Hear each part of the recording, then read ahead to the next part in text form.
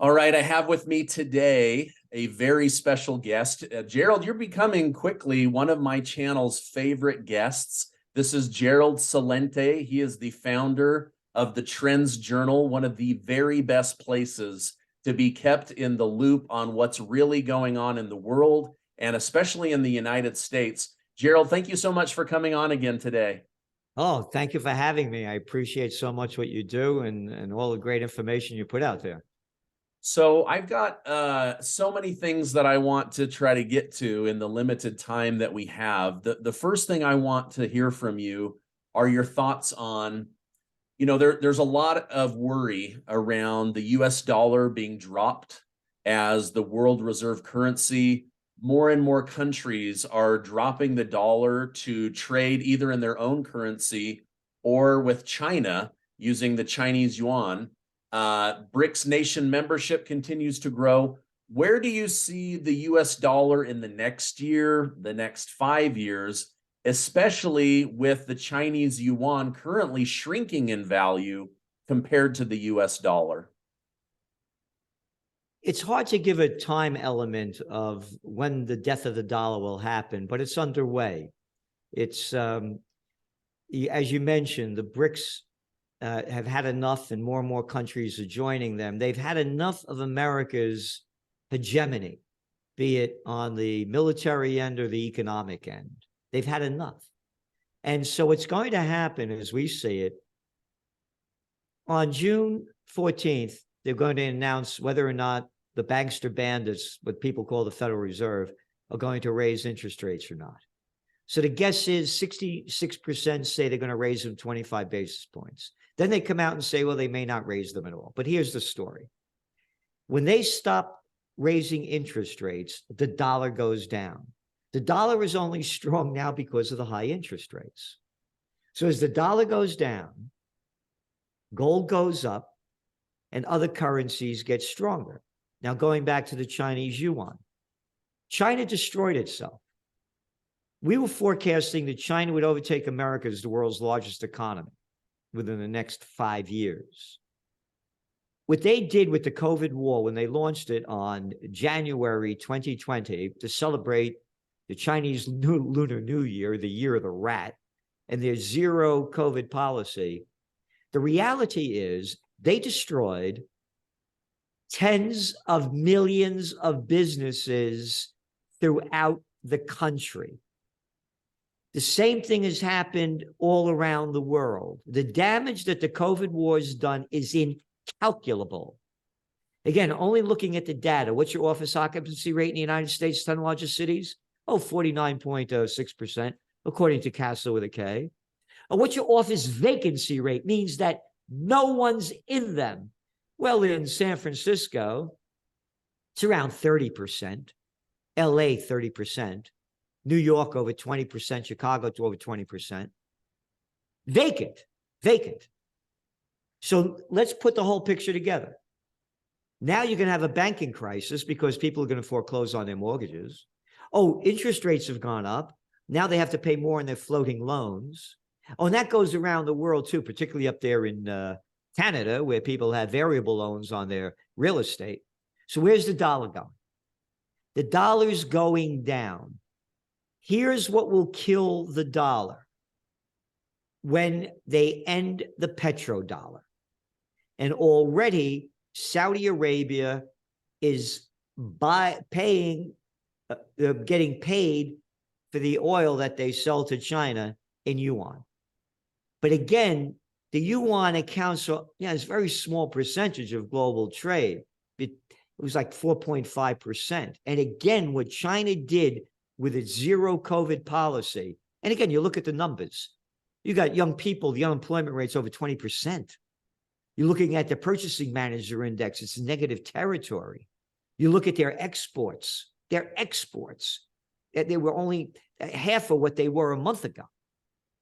So China's hurting. But again, the world has had enough of the dollar, and now you're seeing what's going on in South America with Lula, the president of Brazil, saying, let's get our own South American currency. And when he went to China a couple of weeks ago, he said every day he wakes up and said, why are we paying for things in dollars? So the death of the dollar is coming. It's already dying. To put an exact date on it, very difficult. Okay. Thank you. I had read a book called The End of the World as We Know It by Peter Zion or Zihan, something like that. And he mentioned that not only did COVID cripple China more than people are talking about, but because of their one-child policy and the strictness under which they, lead their people, he's saying that they're going to have a population collapse in the future, and that the United States will remain a superpower, not because we're super, but because immigration. Nobody is sneaking into China. They're still sneaking into the United States. What are your thoughts on that?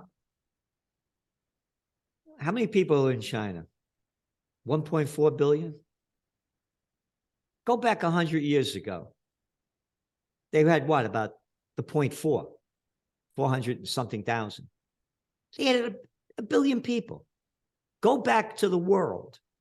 Go back to 100 years ago. About 7 billion, I forgot what it was, but I think about 1.7 billion people on the planet. And now we have 8 billion. Yeah, the population, if they lose 500 million people, it's no big deal. You still got a billion. What are you going to get? We're going to add another 500 million? I mean, the world is overpopulated in so many different, again, the numbers, just go by the numbers. Just go by the numbers. So from zero time, whenever it began, to 1917, you got less than 2 billion people. And then you added another 6 billion in 100 years. Now, the United States is finished.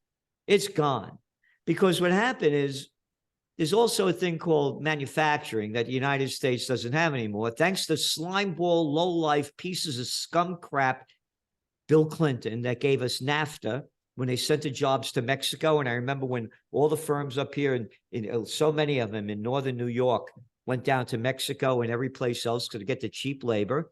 And then that slime ball, where the Bill Clinton, every time I got caught with his pants down, bombs away over Baghdad, yeah, that guy, brought China into the World Trade Organization. You look at China's GDP from 1970 until they got in the World Trade Organization around 2001, 2 weeks after 9/11, they officially came in. Whoa, there's their GDP. Now, how did they get that? Oh, you want to do business over here? You want to use our cheap labor? Yeah, you got to set up manufacturing over here. We don't know a damn thing about manufacturing, but you're going to teach us everything from high tech to heavy industry. Who's your biggest now electric car dealer in the world? The biggest exporter, China. Oh, I'm a European. How many people in America? 332 million. How many over there in China? 1.4 billion. I got to sell them as much stuff as I can. So no, China is still going to be the marketplace. America's finished. It's gone. It's gone socially, spiritually, physically, economically, and politically. Look at the clown show. Look at who's your favorite clown? I like B.S. Biden. Can't remember a sentence. No, I look up to Lindsey Graham. Now, there's a little clown, arrogant boy or nothing. Why, I like Diane Not-So-Feinstein out of her mind. How about Mitch McConnell? Talk about China, more chins than Chinatown. A little arrogant clown. Look at the jerks running and ruining the country. How about the BS? We're going to have a debt ceiling crisis. We're going to have a debt ceiling crisis. We said when they began this stuff, a load of crap. They're going to come up with a deal. They're going to keep pouring in money backed by nothing and printed on nothing. Where's the dollar going? Did they put a level on the debt ceiling? No. What business or individual could live like that? I'll borrow all the money I want, keep going deeper in debt, and I'll keep getting richer. Oh, yeah? In what world are you talking about? The fake world of the US dollar. Yeah, this fiat currency, it is a clown show. You're absolutely correct. Kevin McCarthy said, well, it's kind of like a family credit card. where we're just asking them to bump that up, but no credit card company in their right mind would allow somebody with out of control spending to have higher and higher limits. They would actually shrink your limit. They would actually demand that you start paying them back, but not in America. No, and credit card companies? Oh, yeah, a nice name for a mafia.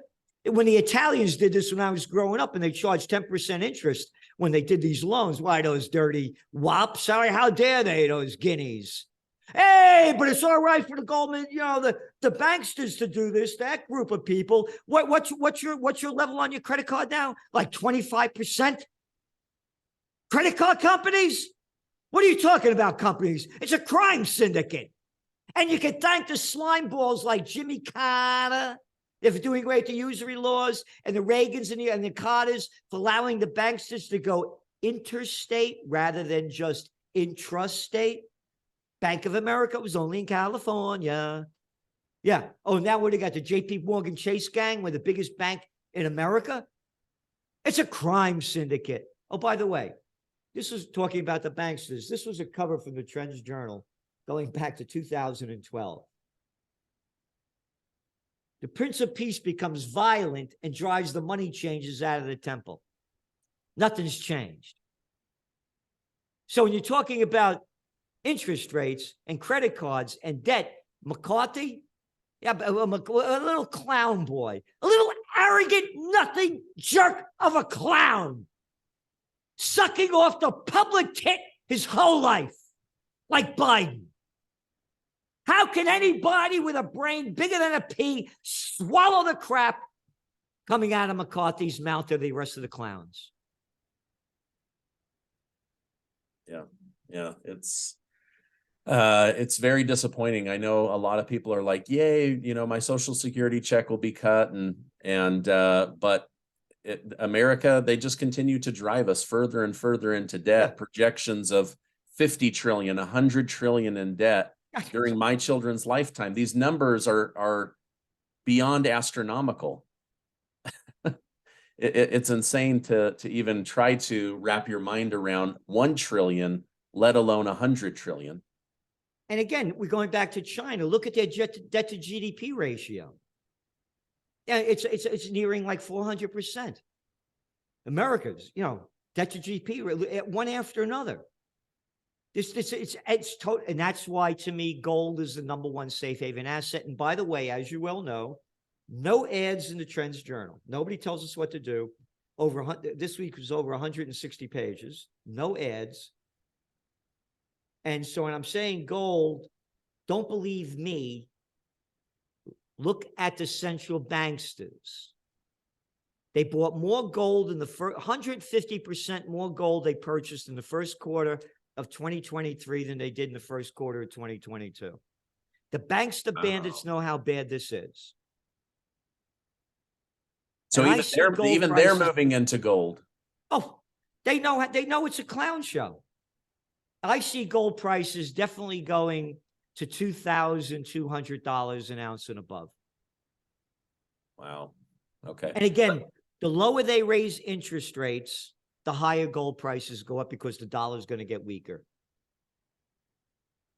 So that correlation, you believe that's going to happen here in the next 12 months? Well, absolutely. And again, they do it all the time. It's a crime syndicate that people call a government. They always lower interest rates in the run up to the presidential reality show. I just love it. You're so poetic in destroying these people with your words. I love it. Okay, let's switch gears from gold to liquid gold. In your last Trends Journal, you pointed out that a lot of these oil companies are committing to fewer drilling projects. What is the reasoning behind this, and what is it going to do to gas prices here in the United States? Two reasons. One is that they're running out of this stuff to go to, more restrictions, not letting them do it, and it's supply and demand. And right now you're looking at what Brent crude, it's going about, it's hitting the $70 a barrel mark. So they got to cut back on supply because demand is going down. Again, we talked about China. China's the world's biggest importer of oil. And you're looking at their PMI numbers, you're looking at their GDP numbers, you're looking at their export numbers, their import numbers, everything, the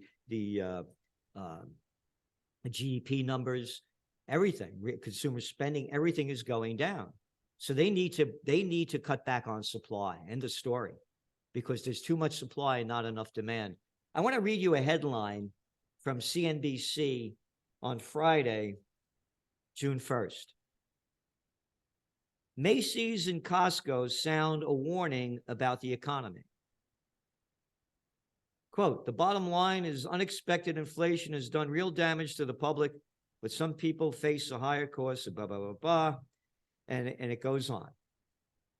The Macy's and Costco's and other big chains say shoppers are pulling back at their stores and changing what they buy. That could be a red flag for the U.S. economy. Quote, we planned the year assuming that the economic health of the consumer would be challenged, but starting in late March, demand trends weakened further in our discretionary categories, said the CEO of Macy's. Same-store sales at Macy's sank nearly 9% in the last quarter. And again, we're hearing Target, we're hearing one after another, Lowe's warning about decreasing sales. Because here's the deal. When they raise interest rates, it doesn't hit right away. It takes months for it to happen. And they started raising them last March. Now the time is now. So we're going to see, the summertime, people start spending a little more, things go up, spirit is up. Come around October, boom, it's going to go down. And they're going to lower interest rates. We forecast they're going to dramatically start lowering interest rates to artificially prop up the economy, and that will drive the dollar down and gold prices up. Now, you had mentioned that this is a pattern that you've noticed in the presidential race. Is that regardless of which party Wall Street wants running the country? Or is it just, they just know, boom, we're going into an election year. We've got to start manipulating the American people and their wallets. Yep, that's it. They do it all the time. Again, you go, when Trump was in, he kept going after Powell back in December 2018. The markets were crashing into December. That's supposed to be an up month. Lower interest rates, lower interest rates, lower interest rates. He lowered interest rates. Who is our Treasury Secretary? Ms. Fatja Brut, Janet Yellen. What was her last job? Head of the Fed? Wait a minute. You're telling me the head of the Federal Reserve is our U.S. Treasury Secretary? Yeah, that's right. That's who's running the country. So they want to keep the game in charge. The ones in charge now, they want to keep in charge. Yeah. It's a revolving door. It's an open door. It's not revolving. It's open. It's right in front of you. Again, look at the clown playing out Secretary of Defense. A murderer. Iraqi general. Brown University. Study came out 2 weeks ago. Oh, Lloyd Austin. Yeah, general in Iraq during the Iraq War. Americans, they stole $8 trillion of our money since 9/11 and killed, not sure, 4.3 million or 4.5 million people. Now, what's this guy? What was his last job? Oh, sitting on the board of directors of Raytheon, the second largest defense contractor in America. And that's our Secretary of Defense. It's an open door. Oh, he only made about $7 million sitting on the boards, by the way.